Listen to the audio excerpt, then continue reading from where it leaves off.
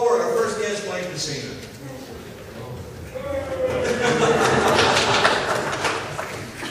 See how snazzy he dressed for the occasion? Please, have a seat, Mr. Messina.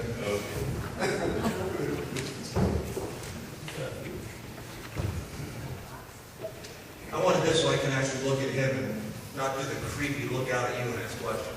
Mr. Messina, so you've been a member of this congregation for how long? 48 years. That's a while. That's a while. And how long have you been involved in the music ministry of the congregation? Probably 40. Now, I see you up here, and you lead hymn sings, and you sing with the gospel airs, and you sing with the praise team, and you sing with the choir. It seems like everywhere you go, you got a song in your heart. Can you tell us a little bit about why that is such a blessing to you? Well, the words are very meaning, number one, in every song, and I think you all should feel that way too. But to me, it just touches me here for what I've gone through in my life, and I'm grateful for that. Now, like a lot of people get a little bit nervous about getting up in front of people and singing, even if it's part of a choir or something like that. What words would you have to recommend to anybody who may be feeling like they would want to sing, but they're just kind of held back a little bit by some nerves? You have an awful lot of people behind you, so you shouldn't have to fear that way. I know that when I first started out in singing solos, there used to be a gentleman back there, his name was Bill Walters, and he used to stand up there, and I used to stand up here, and I used to shake like this. The music you'd see. But after a while, I came to realize that I had an awful lot of people supporting me, and I lost that. So you're saying it's much better to realize that you have a community of faith behind you than to picture everybody in their underwear. That's right. Okay. Now, for you, I mean, you told us a little bit about how the music that you sing blesses you. What do you think it does for the congregation when they hear you guys up here singing, or they hear the praise team, or what are you hoping the congregation receives? Well, I hope they receive the spirit that we do up here when we sing, because it's very spiritual with all of us, no matter what group is here. And I'm sure that you all there should feel the same way.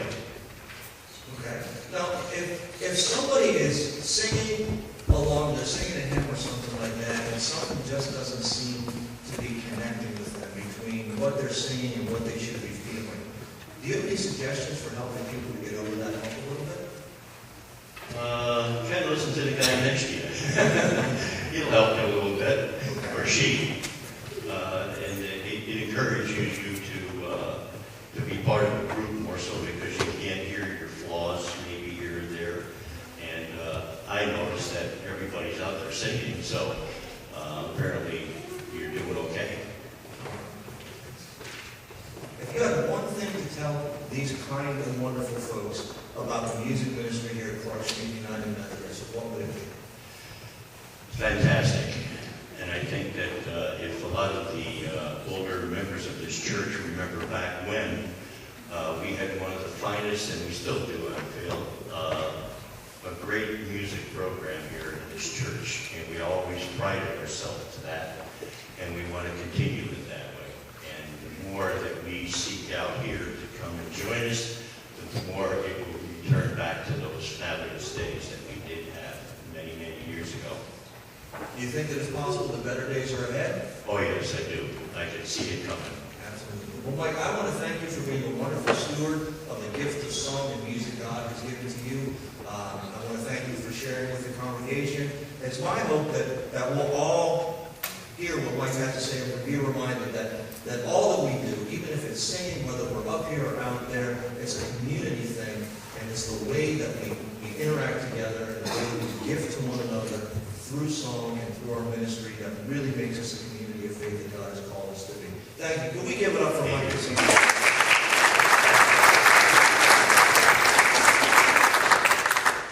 Now we have one more guest this morning. You've seen him up here before. He's done a lot of things in this congregation in a lot of different ways. He's actually our worship leader right now. He's our former lay leader. So I'd like to invite John Krause to come forward, please.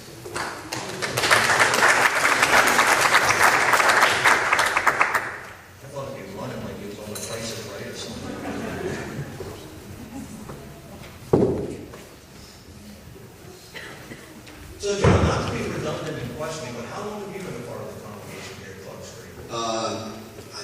back in 1976, so 37 years. That's a while too.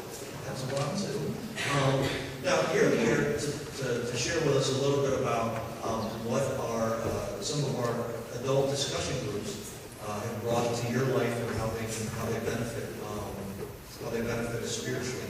What are some of the different kinds of discussion groups that you've been involved in? Well, I've really been involved in the Monday night group for the most part. That's the night that Joyce and I have chosen to attend. But I know there's also Sunday Drive. I know that you've also put together little classes on atonement and on Trinity, and also on United Methodism 101. So you've been very, very active in uplifting our spiritual growth from studies of books or studies of Scripture. Well, I appreciate it. I also don't want to forget, we have Brian Cave. Yes. I think his head is in here somewhere. Yes, there he is. And Brian leads our adult Sunday school on Sunday mornings, which meets at 9 o'clock. And lately they've been just kind of taking the scriptures that we do on Sunday mornings, and Brian's been leading them through that in a very, from what I understand, a very powerful and wonderful way. And it's also great because he's helping provide quality control on the pastor by doing so. So yeah, we've got quite a number. So John, let me ask you, how has your participation in these discussion groups, what has that done to build your faith? Quite a bit, because you get a lot of perspective from a lot of other people.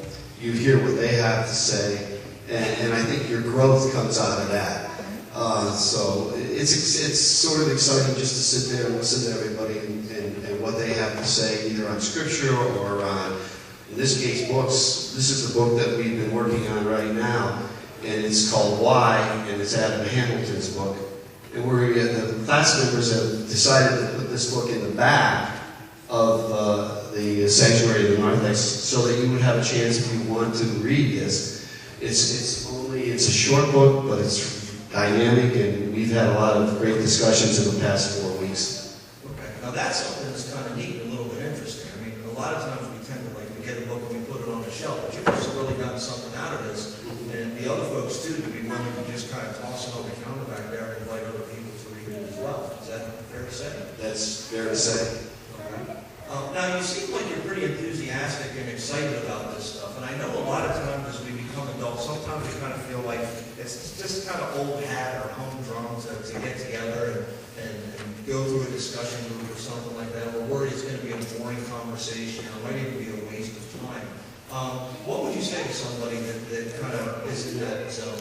Well, before I started to attend these classes, which was probably about 5 years ago, I probably had the feeling like, why do I need to go to this? I really don't need to go to this. I can read Scripture and I can read a book, certainly.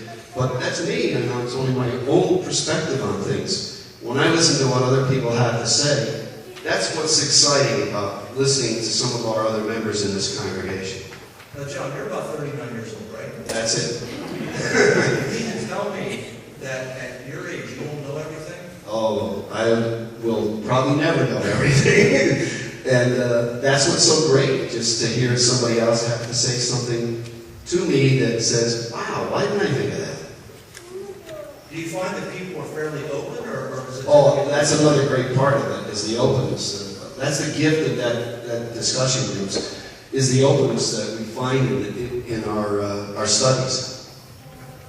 Now, if you had to give these wonderful people, and you can do this however you want, whether it's like the greatest gift that you've had that you would like to see them receive for your participation in some of these things, or anything else, what would you offer to the rest of the congregation as far as motivation to maybe try one of these things out? Well, we meet every Monday night.